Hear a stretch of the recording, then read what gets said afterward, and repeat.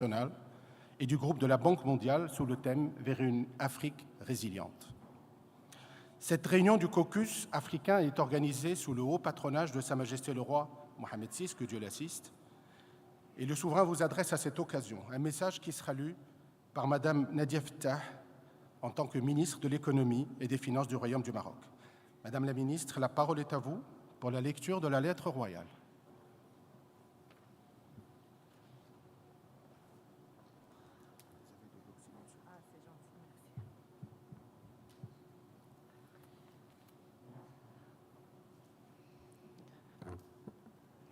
نعم سيدي أعزك الله. الحمد لله والصلاة والسلام على مولانا رسول الله وآله وصحبه. أصحاب المعالي والسعادة، حضرات السيدات والسادة، يطيب لنا في البداية أن نرحب بضيوف المغرب الكرام المشاركين في اجتماع التجمع الإفريقي لوزراء المالية ومحافظي البنوك المركزية للدول الإفريقية الأعضاء في البنك وصندوق النقد الدوليين لسنة 2022. هذا الاجتماع الذي أبينا إلى أن نضفي عليه رعايتنا السامية.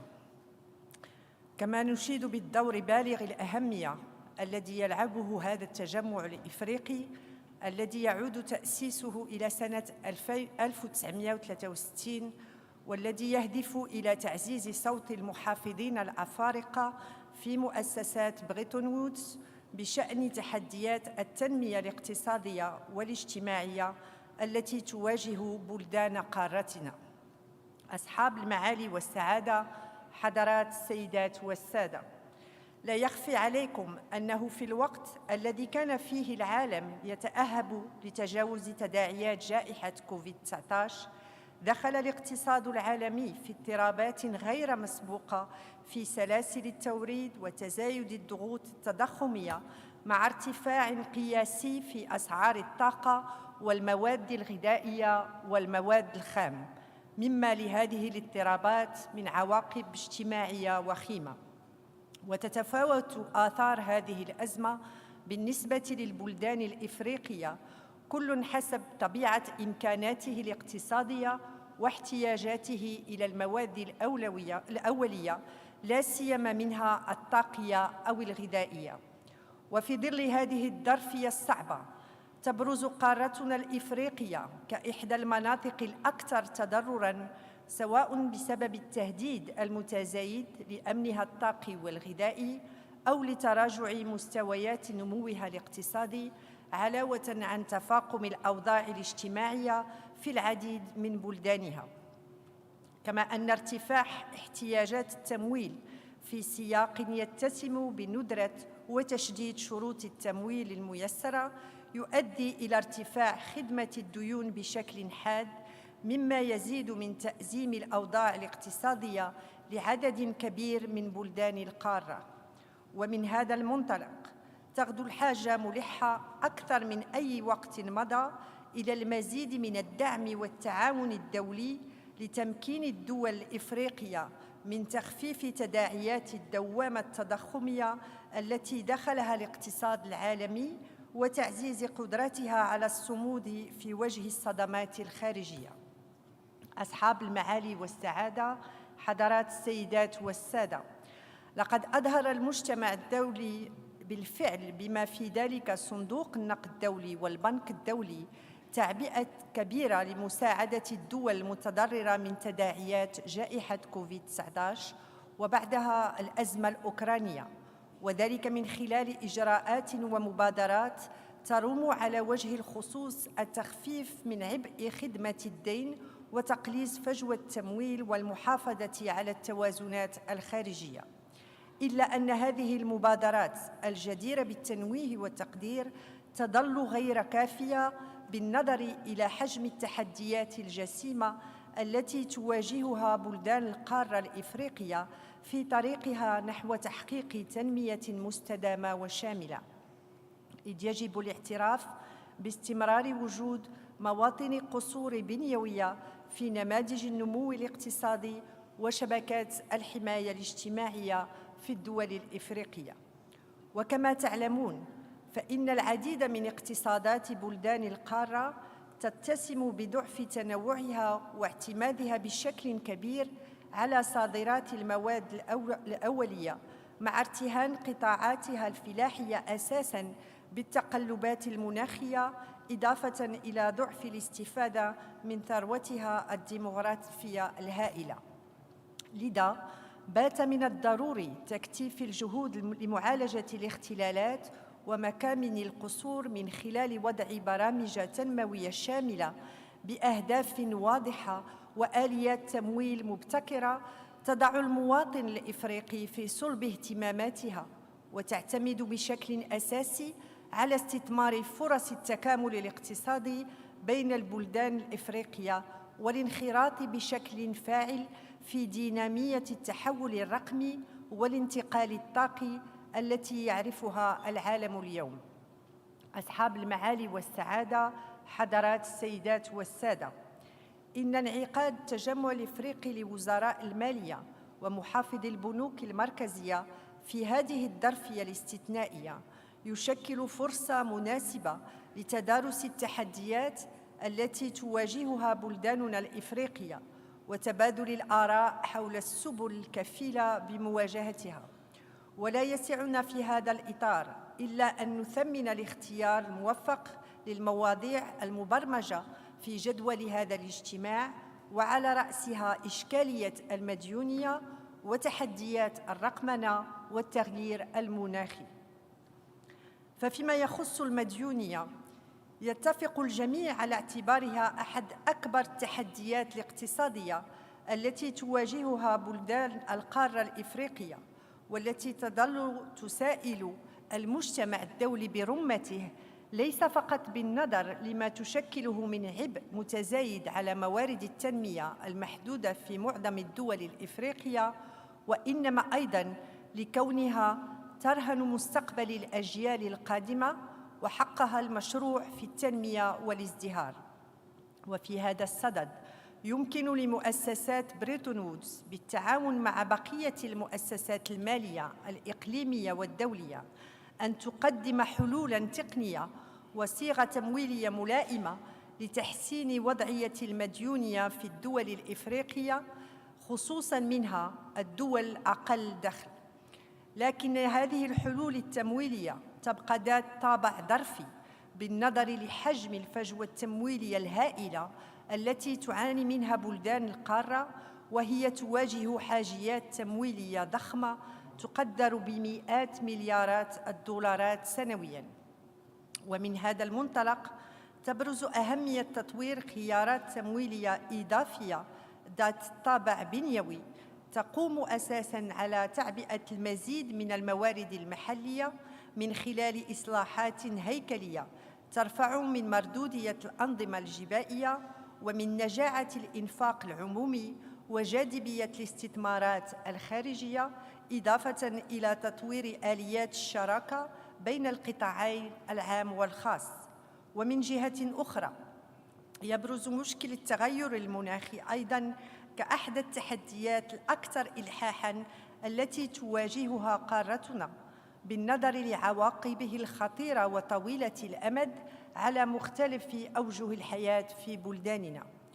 ومع أن الدول الأفريقية تعد الأقل مساهمة في انبعاثات الغاز المسببة للتغير المناخي، إلا أنها مع الأسف تعد من بين الدول الأكثر تضرراً من تداعياته جراء توالي سنوات الجفاف وندرة التساقطات وتسارع وتيرة التصحر. وبالنظر لطبيعة التحدي المناخي كظاهرة عالمية تستعصي على الحلول الانفرادية، فإن المجتمع الدولي مدعو للإنصات لمطالب الدول الإفريقية بهذا الخصوص وتعبئة الموارد المالية والتقنية اللازمة لمساعدة بلدان القارة في جهودها للحد من تأثيرات التغير المناخي أو التكيف معها، علماً أن إفريقيا تظل القارة الأقل استفادة من التمويلات الموعود بها في إطار اتفاقية باريس حول المناخ. وبموازاة ذلك تبقى دولنا الإفريقية مطالبة بإعادة توجيه نماذجها التنموية نحو أنماط إنتاجية واستهلاكية أكثر استدامة تأخذ بعين الاعتبار الإكراهات التي يفرضها التغير المناخي، سواء على مستوى حجم الموارد الطبيعية المتاحة أو طبيعة الخيارات الاقتصادية المتبعة. أصحاب المعالي والسعادة، حضرات السيدات والسادة، إذا كانت المديونية المرتفعة وظاهرة التغير المناخي تشكلان تحدياً كبيراً يهدد استقرار الاقتصادات الإفريقية واستدامة نماذجها التنموية، فإن الانتقال الرقمي يتيح فرصاً تنموية هائلة أمام الدول الإفريقية يتعين استثمارها على الوجه الأمثل. فالتكنولوجيا الرقمية تشكل بالفعل تحولاً بنيوياً في مقاربتنا للعالم الذي يحيط بنا، إذ تسمح بتطوير أنماط إنتاجية واستهلاكية جديدة من شأنها أن تخلق المزيد من مناصب الشغل وأن تشكل مصدراً للرفع من فرص الاستثمار. كما تشكل الوسائط الرقمية قنوات متميزة للرفع من مستوى الشمول المالي وتوسيع مجال التغطية الصحية والاجتماعية. لكن بالمقابل تتطلب الرقمنة كخيار اقتصادي توفير كفاءات بشرية كافية ومختصة وتكريس هذه الثقافة لدى مختلف فئات المجتمع، مع تطوير بنيات تحتية تقنية قادرة على مواكبة التطور المتسارع في هذا القطاع. وعلى الرغم من أن الرقمنة تنطوي أيضاً على انعكاسات معقدة يصعب مواجهتها، يبدو من الضروري تسريع وتيرة رقمنة مجتمعاتنا الإفريقية لسد الفجوة في هذا الميدان مع الدول المتقدمة ولجني ثمار الطفرة الرقمية التي يشهدها العالم من خلال توفير الموارد المالية والبشرية اللازمة لرفع هذا التحدي وتعبئة الكفاءات البشرية الإفريقية لتقديم حلول رقمية تلائم الخصوصيات الثقافية والمجتمعية لبلدان القارة. أصحاب المعالي والسعادة، حضرات السيدات والسادة، يظل التعاون جنوب جنوب الطريق الأمثل للنهوض بالأوضاع الاقتصادية لبلدان القارة، وللمغرب قناعات ثابتة وإنجازات هامة في هذا السياق من خلال الالتزام المستمر والمشاريع المهيكلة على غرار مشروع أنبوب الغاز بين المغرب ونيجيريا، الذي يتوقع أن يساهم بشكل جذري في تعزيز الأمن الطاقي لعدد كبير من البلدان الإفريقية. كما يشكل التقدم المحرز على مستوى أجرأت منطقة التجارة الحرة القارية الإفريقية بالكاف بالرغم من التحديات المرتبطة بالأزمة الحالية، دليلاً إضافياً على قدرة قارتنا على تعزيز تكاملها الاقتصادي وفق رؤية مشتركة، حيث سيمكن تفعيل هذه المنطقة في أقرب الآجال من تسريع اندماج الاقتصادات الإفريقية فيما بينها وفي سلاسل القيمة العالمية، وكذا تكريس التعاون التجاري والاقتصادي جنوب جنوب الذي نطمح إليه جميعاً. وبموازاة ذلك لا يسعنا هنا إلا أن نجدد الدعوة أيضاً لشركائنا سواء على الصعيد الثنائي أو متعدد الأطراف لمواكبة جهود التنمية المبذولة من قبل دول قارتنا في إطار شراكة استراتيجية رابح-رابح توفر للدول الإفريقية الموارد الكافية للنهوض بأعباء التنمية المستدامة وتوفير سبل العيش الكريم والآمن لمختلف شعوبها.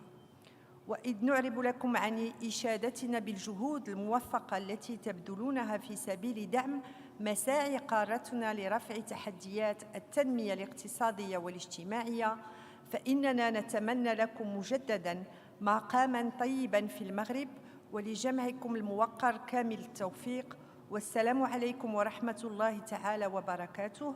وحرر في يوم الخميس 30 ذو القعدة 1443 هجرية الموافق 30 يونيو 2022 ميلادية محمد السادس ملك المغرب. الله يبارك في عمر سيدي.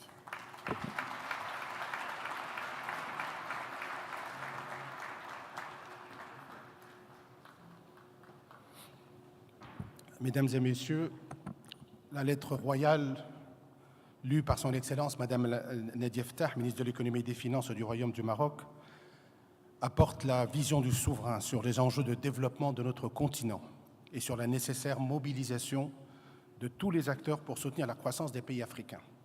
Et justement, de cela, il sera question lors des débats qui seront engagés ces 2 jours à Marrakech. Seront évoqués la mobilisation de fonds pour faire face aux défis croissants, les moyens de renforcer l'architecture financière mondiale, les dispositifs pour renforcer la résilience face aux chocs, tels la pandémie de Covid-19, la guerre en Ukraine ou les dérèglements climatiques. Les attentes sont certes nombreuses, mais nul doute que pour le développement de l'Afrique, le financement revêt une importance déterminante. J'aurai le plaisir de vous accompagner tout au long de ces 2 journées qui s'annoncent d'ores et déjà cruciales pour les économies africaines, et je me permets de vous rappeler les séquences que nous allons vivre ces 2 journées. Les séances vont s'articuler autour de 3 thèmes principaux: le repositionnement de la dette comme catalyseur de la reprise économique et de la croissance durable, l'intégration régionale axée sur l'énergie, la numérisation et l'entrepreneuriat chez les jeunes, la crise climatique et l'insécurité alimentaire.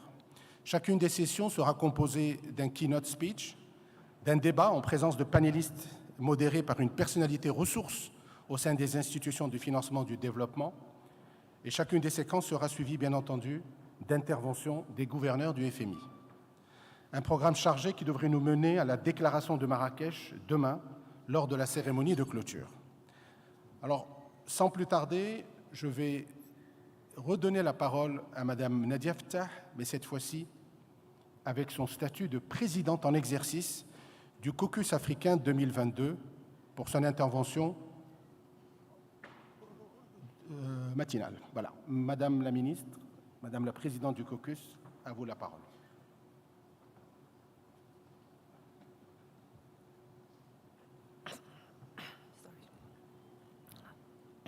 Excellency Dr. Donald Kaberuka, African Union High Representative for Financing African Union Peace Fund, colleagues, honorable ministers, fellow African Central Bank governors, executive directors, vice president and directors of World Bank Group and IMF, distinguished guests and delegates, the media, ladies and gentlemen.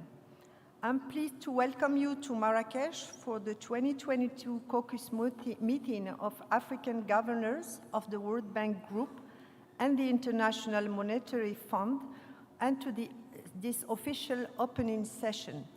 I'm particularly honored to chair this meeting that His Majesty the King Mohammed VI has graciously accepted to place under his high patronage as a mark of His Majesty's unwavering commitment to African joint action and solidarity. We are honored that you and your delegations have made time to attend this year's caucus in Marrakech to discuss issues of great importance to our continent, particularly how to best advance the interests of Africa at the World Bank and IMF. Your Excellencies, the overarching theme for the 2022 African Caucus is towards a resilient Africa, a timely discussion as we, African countries, are confronted with the conjunction of crises and challenges of an unprecedented scale. Discussions will focus on mobilizing the Bretton Woods institutions to provide more effective support to our continent in pursuit of its resilience. The topics that will engage our attention over the next 2 days include financing for Africa's development, repositioning public debt as a catalyst for economic recovery and sustainable growth, and rethinking the global finance architecture to make it work for Africa's needs. Regional integration, especially in areas such as energy, digitalization, and youth entrepreneurship initiatives, and climate crisis and food security in Africa. Your Excellency, my colleagues, speakers, moderators, and I will do our utmost to accomplish the agenda for this event. We will discuss and agree on strategic issues of common interest that we wish to communicate in the memorandum to the heads of the Bretton Woods institution during the 2022 IMF World Bank Group annual meetings. Excellencies, ladies and gentlemen, the COVID-19 pandemic has reversed decades of development gain in our continent, with poverty indicators on an upward trend. The pandemic, coupled with the Ukrainian crisis and climate impacts, has amplified pre-existing development challenges in Africa, including youth unemployment, the digital divide, and energy and food insecurity. The resolution of these challenges is constrained by rising debt vulnerabilities, high cost of borrowing, and low domestic resource mobilization. At the same time, the continent's exposure to large and frequent climate events poses additional risks to food production and infrastructure development and threatens to reverse hard-won development gains. This year's caucus meeting promises to be very interesting, considering the caliber of speakers, panelists, and moderators assembled here to facilitate our discussion and suggest solutions for the mounting challenges. I therefore encourage colleagues to be active participants. Your Excellency, the Moroccan Governor of Central Bank and I are highly delighted and appreciative to have you here to do us the honor of opening our 2022 African Caucus meeting hosted by the Kingdom of Morocco. Ladies and gentlemen, our meeting is also being graced by the presence of Dr. Donald Kaberuka, AU High Representative for Financing African Union Peace Fund and former President of the African Development Bank Group. He will be delivering the keynote address that will set the tone for the discussions and the various sessions. On behalf of my colleague governors, I respectfully ask Dr. Kaberuka to take the floor for the keynote address to the 2022 African Caucus meeting. Thank you so much.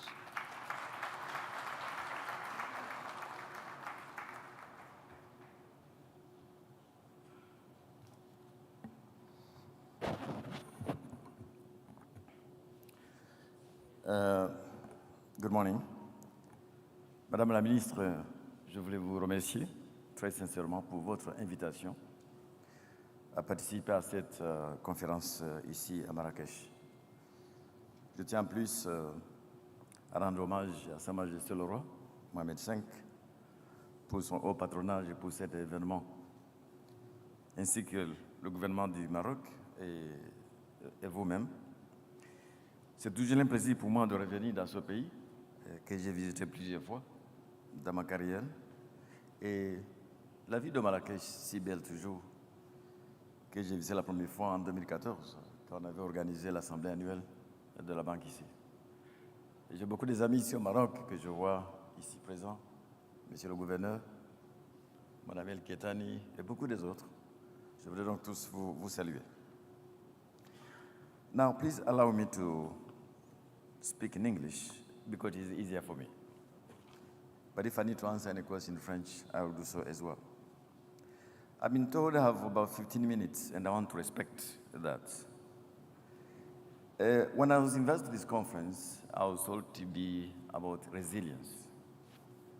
And I want to summarize that resilience in two forms. I think Africa will be managing a perfect storm.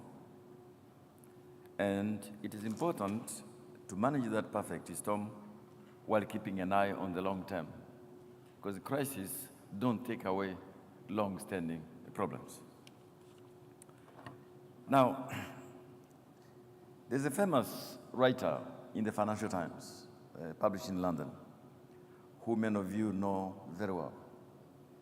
I think many colleagues in the IMF and the World Bank could be familiar with Martin Wolf's writings.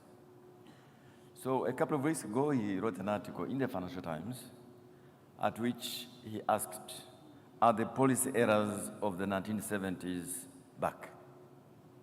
I encourage you to look at that article. It is particularly pertinent to your conversation. My answer to Martin probably would be, are we back to 1973? I would say yes and no. So, why do we have a perfect storm? You know the stuff. I won't spend much time on that. The macro fundamentals are at the weakest. We have security issues in the Sahel and Mozambique and many other places. Social tensions are back. And in all that, we have all the problems which have not gone away. A fractured multilateral system, challenges which the minister mentioned on adaptation and energy transition, and of course, jobs and the demographics. But I want to ask you to step back a minute. It's a chart I showed you. I think, Minister, you were there when we were discussing with, in another meeting with AU ministers.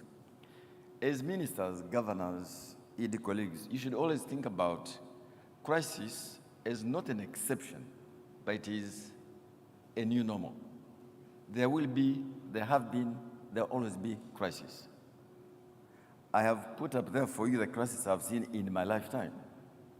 And I can't tell you what the next crisis will be. Just look at all of them. The dollar issue in 1972, the oil crisis, Berlin, Asia financial crisis, 9/11, global financial crisis. Now, I could go on and on. So the issue you have to ask yourselves, what is the next crisis? Will it come from the financial markets, from pandemics, from security issues? We don't know. And the art of economic policy is to focus on the crisis, but staying focused on the long term. Now, let me just pick two of those crises. I refer to the devaluation of the dollar in 1972, which effectively ended, formally, the Bretton Woods system. I don't have time to come into this, but I'll say a few things. Then the oil crisis. And what I'm trying to suggest to you is that for these 30 years, from that particular period, Africa entered a period which is very, very difficult. Many of you would be familiar with that. We entered a period where some parts of the world were managing huge surpluses, others challenged by debt, others by stagnation and inflation, and other parts of the world, of course, worried about energy security. Now, for those of you as old as I, you remember that period, 1973, when even the US people have to queue up for petrol. When in Africa here, you recall oil went from $3 to $12 in 1 year, all right?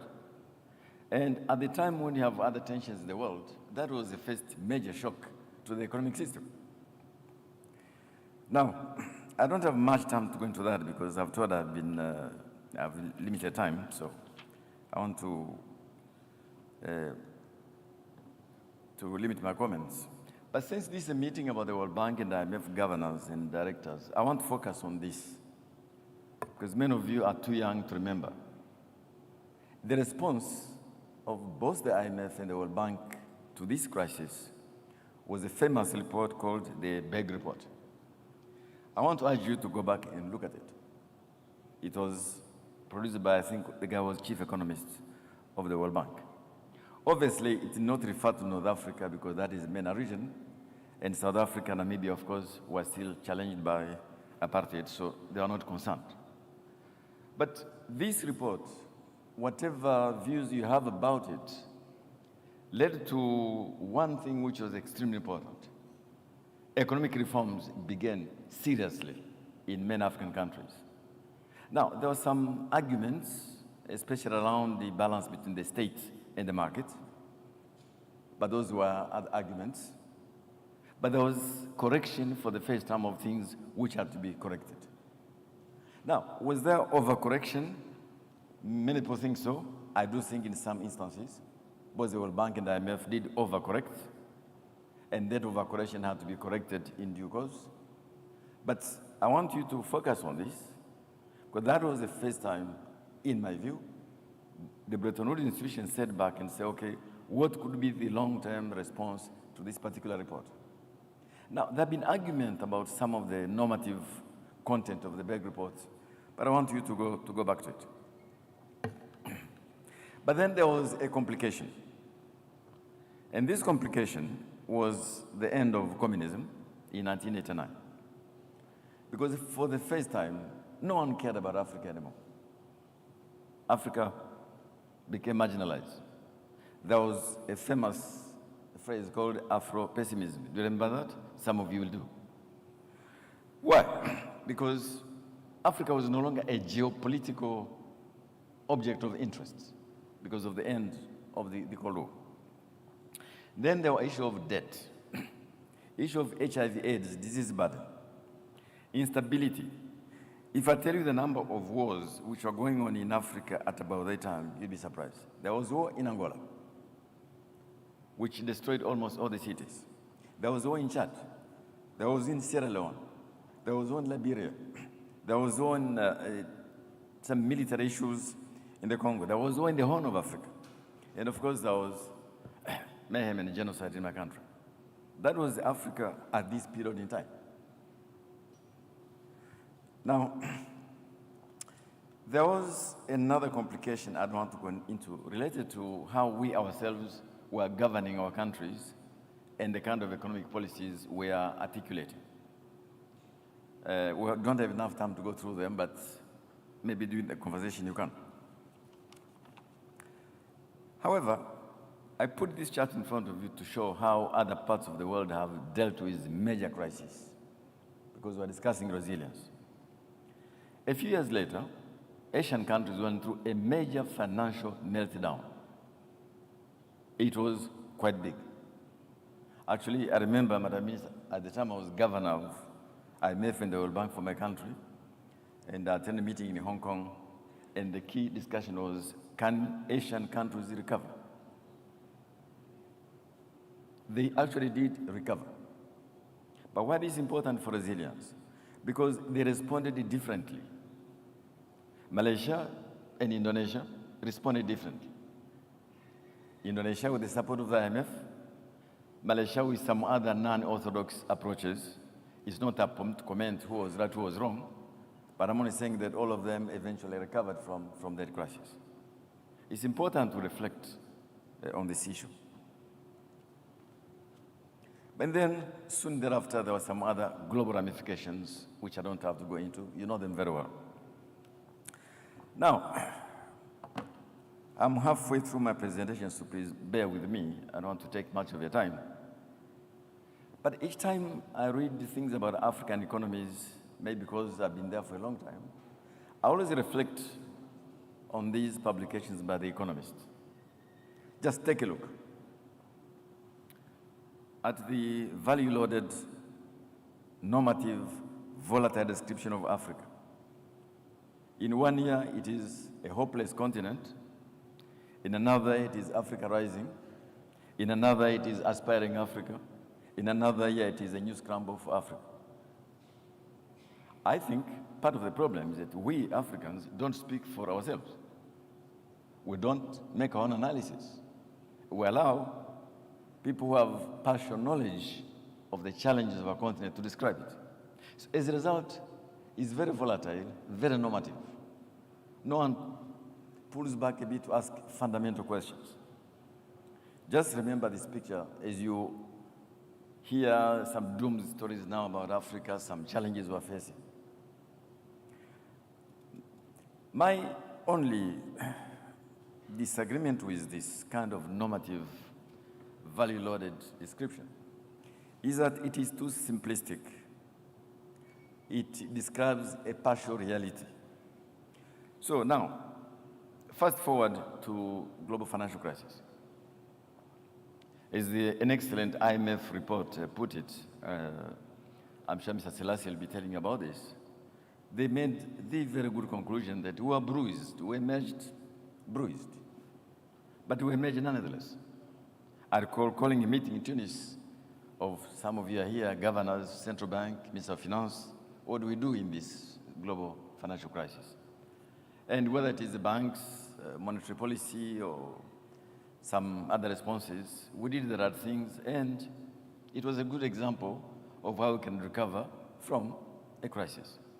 Partly because the global market conditions improved because of what the G20 did, but also because, again, as the IMF report said, we still had some buffers, some protection against that crisis. But take a look at another crisis in Libya. Many parts of Africa, especially in West Africa and Central Africa, are still dealing with the aftermath of this problem.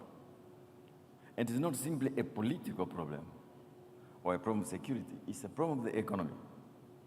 These countries are struggling with the fiscal space for defense spending, for social spending. So you can imagine these countries in the Sahelian belt. By Sahel, I mean the wider Sahel, not simply the narrow Sahel. So you can imagine already they were handling this crisis. Now you have a pandemic, then you have Ukraine. So they have a big challenge to deal with. And it will be extremely difficult for many of them to come out of it without a robust, innovative international support in multi-forms. Take this one, another shock, Ebola. What Ebola did was basically to demonstrate a couple of things. Number one, it was like a stress test. Because you bankers like to talk about stress tests. To stress test our health systems, and it failed. We failed the test. We failed the test. Again, I'll come back to, now here is another one. Another stress test on our economies. You know, the three very good things I've heard being described about Ebola, about a part of COVID, was that it was at once a stress test on our health systems, it was a stress test on our governance, and it was a stress test on our social protection systems. And the outcome is a mixed bag. It demonstrated also at once two rather interesting phenomena. The first one is the way African institutions rose to the occasion. You remember we could not get vaccines, testing equipment, because of protectionism among countries who manufacture vaccines. You remember very disarticulated, dysfunctional response to this problem, all right? It is the African institutions, like the African Center for Disease Control, like the African Union vaccine acquisition teams. It was an incredible support from the International Monetary Fund, and here I want to salute the leader of the IMF, Kristalina, and her friends, Selassie and others, and you directors, because truth be told, I think the IMF in this crisis played a very significant role. And then, of course, other institutions, the World Bank, the African Development Bank, and also our own institutions, the African Bank. And here I really want to talk about the importance of making sure we always strengthen the African institutions in articulation with global institutions. Now, here this one, which of course you know more than I. What does it mean for what we do? Whether it is food, whether it is fertilizers, payments, how we deal with the forgotten conflicts in the Sahel. You open the TV today, it's about Eastern Europe. Who talks about the Sahel anymore? Very little. Is there a new big power competition, which you thought has gone in the 90s? What does it mean for the economies? I don't know. But if you're interested in this subject, I think both IMF and the World Bank have played a very big role in analytics. But also, I recommend these two articles from Brookings. Having read them carefully, I found extremely helpful, the way you think around this issue of how this war in Ukraine affects our countries. My own view, as I said at another conference a while back, is that if we pull back and think carefully, there is a response we can provide.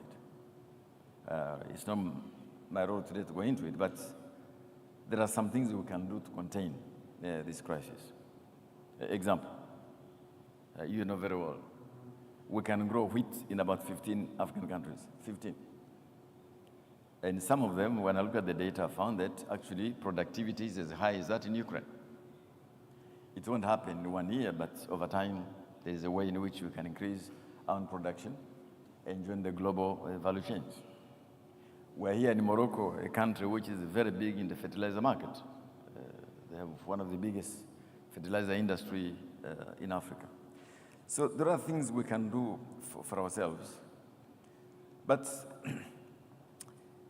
and this is my two last slides. Now, since you have asked me to talk about the building resilience, what would I do if I was still in your position? I think the first thing I would try to do is how to rebuild the buffers. And that would take tough decisions. I'm talking about our fiscal buffers, the reserves, this is you know very well. I think it is very important to begin that much. I would address health systems much more seriously, because now we know that health systems and the economy are very closely linked. And believe me, you don't have to pay, you don't have to do American type per capita spending on health to actually build your health systems. Because in this COVID crisis, we have found that there are countries who spend huge amounts of money on the health systems, but which fail to deliver a response to COVID. And there are countries which start a lower per capita spend on health, but the way the quality of spend is, the governance of the spend, the social capital is what enabled them to deal with COVID. So I would say to myself, the health systems is no longer simply for health ministers. It is for economy ministers and health ministers.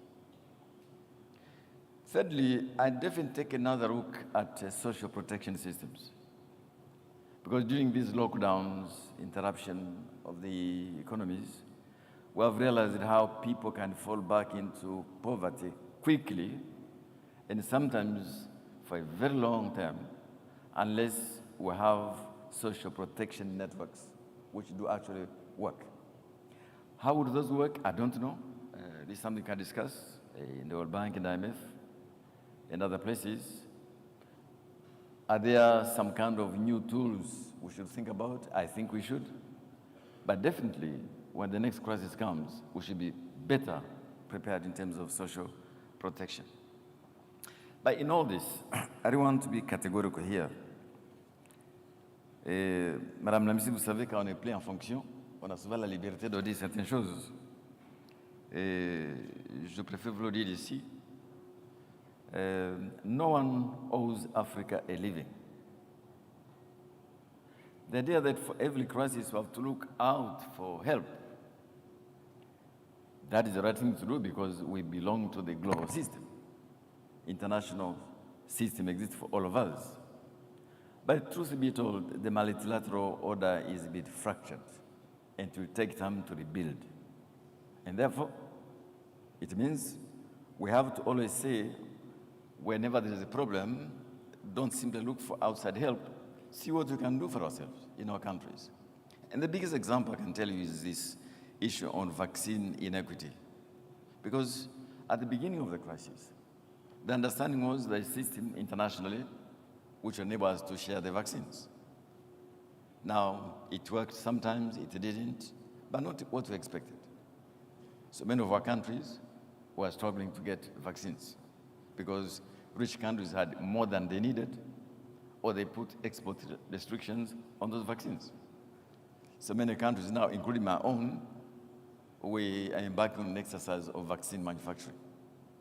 In fact, I attended one in my country, in Kigali, last week, during the summit of the Commonwealth Heads of States. We inaugurated a vaccine manufacturing plant. That is the way to go. We cannot always wait for others provide us food, vaccines, medicine, things for which our people need and for which we ourselves can do something. Of course, working together. Now, I'd say something which I know my friend Bebe will come to. I'm sure he will. He didn't tell me that. I think the word discipline in economic making has to be given a new meaning. It is time to go back to think discipline. Whether it is discipline in debt management, whether it's discipline in subsidy management, whether it's discipline in quality of spending, it is important that we go back, always ask, how could we do this thing in a disciplined way? It is discipline which helped us to build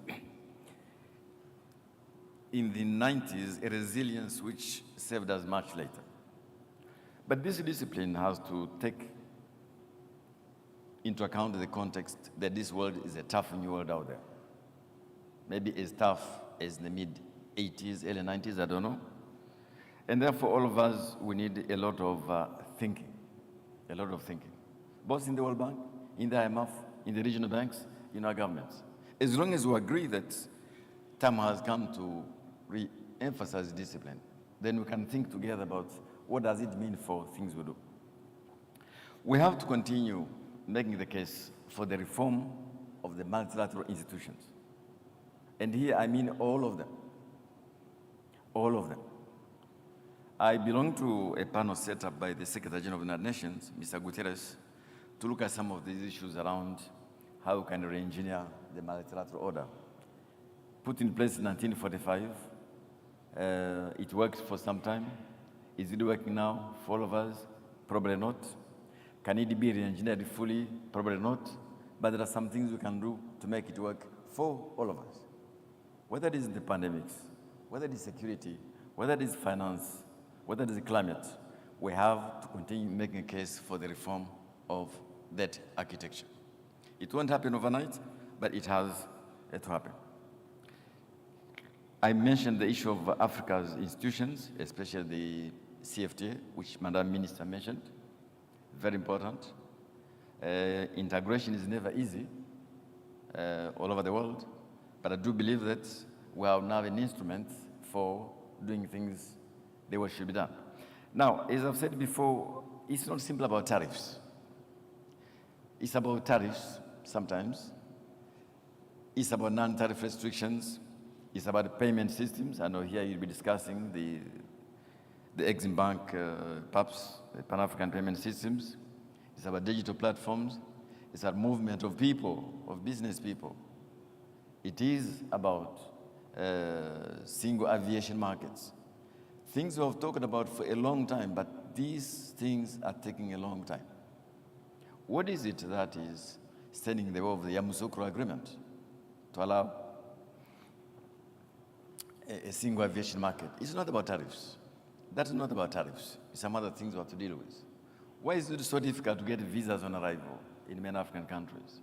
There is no tariffs.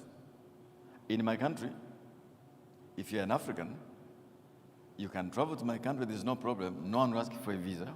When you arrive, they'll give you one. So no one says abolish the visas, because some countries have difficulty with that for different reasons. But at least make it possible for Africans to get their visas when they arrive. So there are things we need to do in this CFTA. Again, I say payment systems, movement of people, aviation markets, which can help us build resilience. Now, just before I end, let me mention two things. Although we have a crisis, we still have structural fault lines we have to address. And especially that is in the field of business reform. I think we have done quite okay in the first generation of business reform, but maybe it is time we look again at how to anchor growth by deepening business reforms, perhaps in ways we have not done before.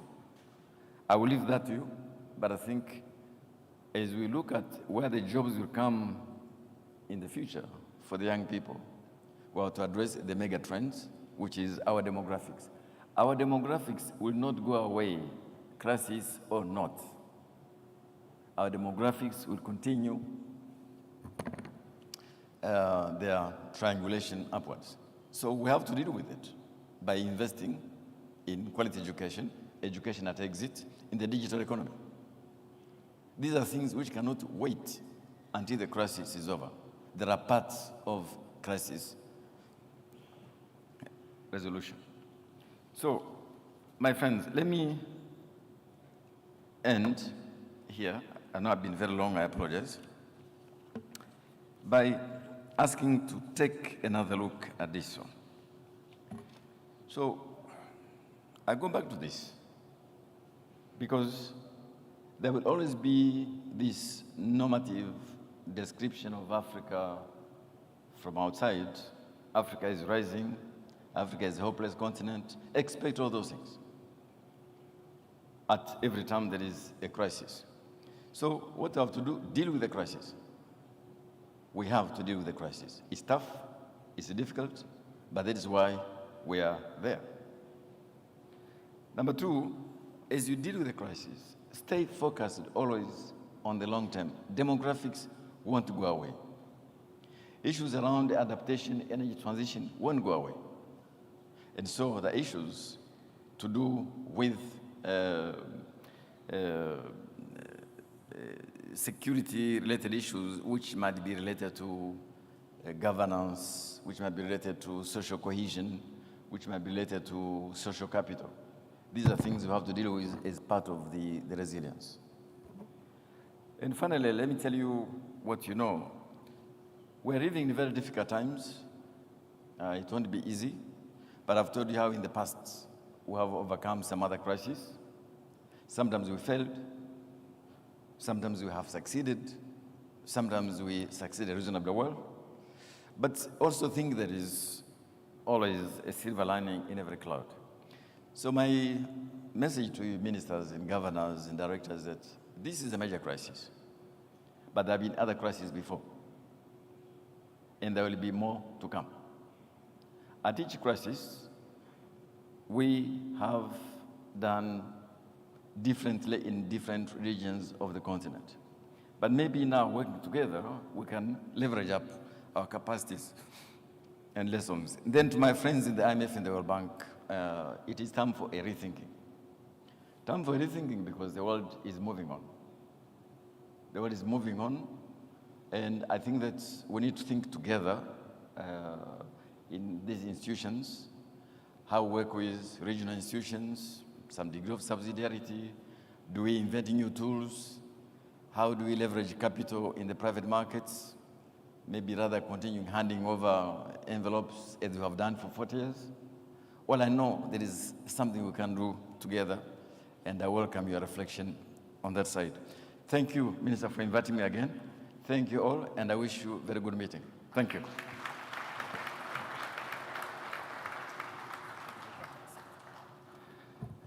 Thank you, Mr. Kabaruka. From what you have heard, for African countries is dealing with crisis, and for IMF and World Bank, it's time for rethinking. Let me remind that Mr. Donald Kabaruka is a Rwandan economist and former finance minister. He is the 7th president of the African Development Bank from 2005 to 2015, and is currently the African Union High Representative for financing the Peace Fund and COVID-19 response. I was requested by some journalists to dedicate some time for them for interviews, so please let them join you after this speech. Let me remind that for this opening ceremony, the minister was accompanied by Mr. Fawzi Lakja, who's in the left. There's the minister delegate on charge of the budget, and Mr. Abdelatif Jouahri, who is the governor of the Moroccan Central Bank, Bank al-Maghrib. So we are ending the opening ceremony, and we will have around 15 minutes for a coffee break. But during this 15 minutes, all the ministers, all the governors, and the delegations, the representative of delegations, will have to take the family picture. The family picture is organized on the left, if you see there, and you will have to go there. Everything is organized to have this family picture for the caucus, the African Caucus 2022 in Marrakech. Thank you, and see you in 15 minutes.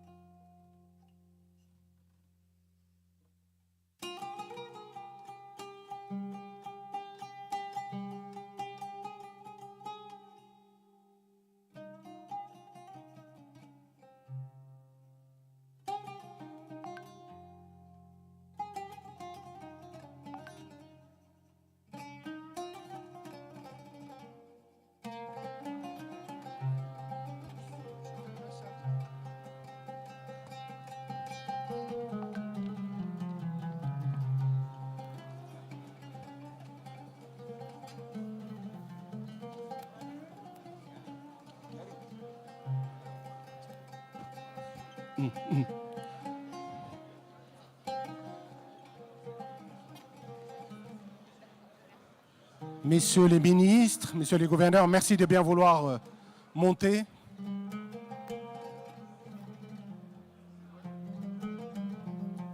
Je vous en prie, venez, vous allez être installés rapidement.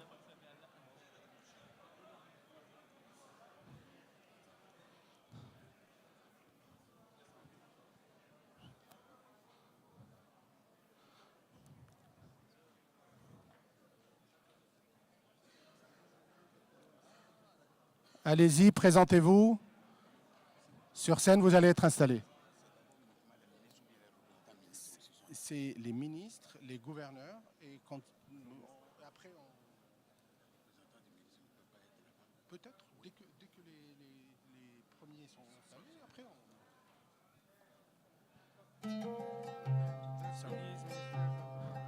Voilà. Les ministres, les gouverneurs et les executive directors, les chefs de délégation donc, qui doivent être installés. Voilà.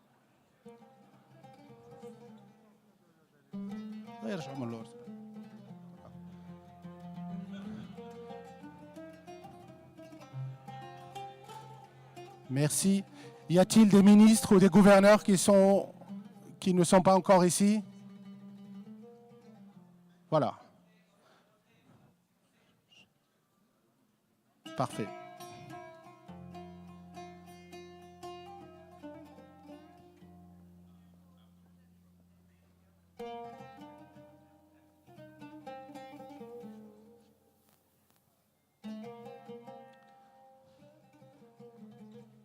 La photo du Caucus africain 2022, Marrakech, sous le haut patronage de Sa Majesté le Roi Mohamed VI, que Dieu l'assiste.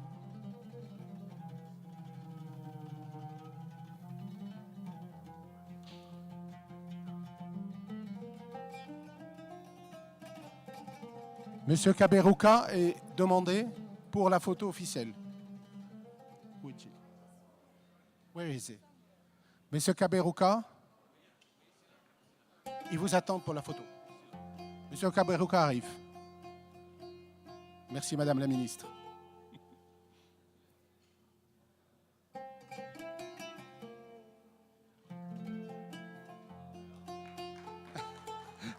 Voilà. La photo attendue.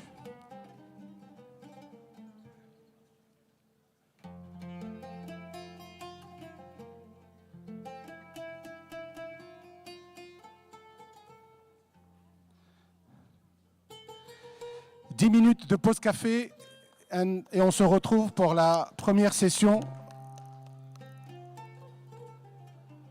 Merci. 10 minutes.